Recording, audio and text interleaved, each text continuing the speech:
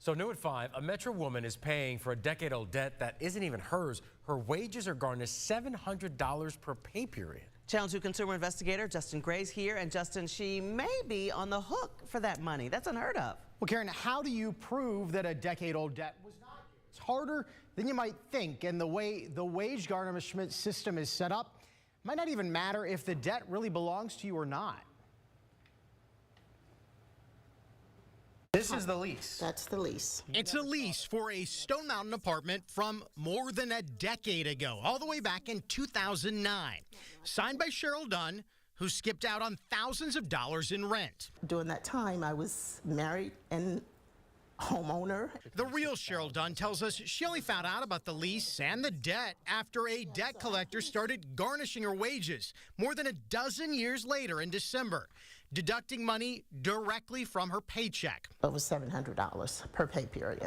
But not only does Cheryl Dunn say she never rented or lived in that apartment, she also long ago reported that she was the victim of identity theft, even signed a sworn affidavit with the IRS back in 2011 stating her identity had been stolen. You just feel violated, you feel helpless.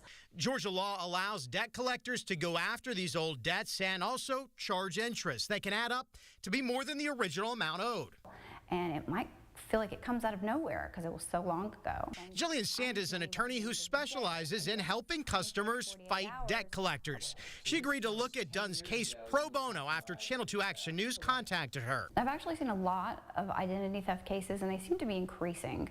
Georgia law allows debt collectors to renew judgments every 7 years. They can do that indefinitely, meaning years after a debt, they can garnish your wages without warning, like in Cheryl Dunn's case. Over time, if you are renewing this judgment, it's going to grow and grow and grow and grow and grow, and suddenly, when life is better, you're going to get hit with this massive garnishment. But these are just old files from years. As an identity theft victim, Dunn's scared to throw away old records, so she still had utility bills, student loan statements with her real address, and her ID theft affidavit with the IRS, all to prove to the judge she could not have rented that apartment. But it did not matter. Her challenge of the garnishment was rejected by a Gwinnett County judge. This seems so obvious, so simple. It seems like this should be an easy fix. Well, unfortunately, when we're talking about a case that happened, judgment so long ago in 2012, 2011, it's hard to go back and fix things from that perspective.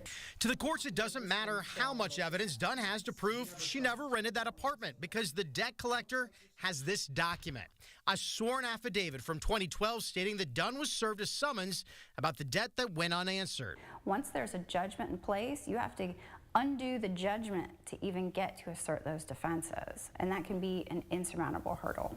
So in the eyes of Georgia law, the garnishment is legal. Cheryl Dunn has to pay directly from her paycheck. Whether the debt was legitimately hers to begin with doesn't even matter. I feel like I'm not only the victim to the identity thieves, I'm a victim to our system because I have no one to help me. And some big new developments here. Just 24 hours before our story was scheduled to air, the debt collector, they dismissed the debt. This fight has been going on since December, but now it finally appears to be resolved. Attorney Jillian Sant, though, warns it could still be reinstated in the future.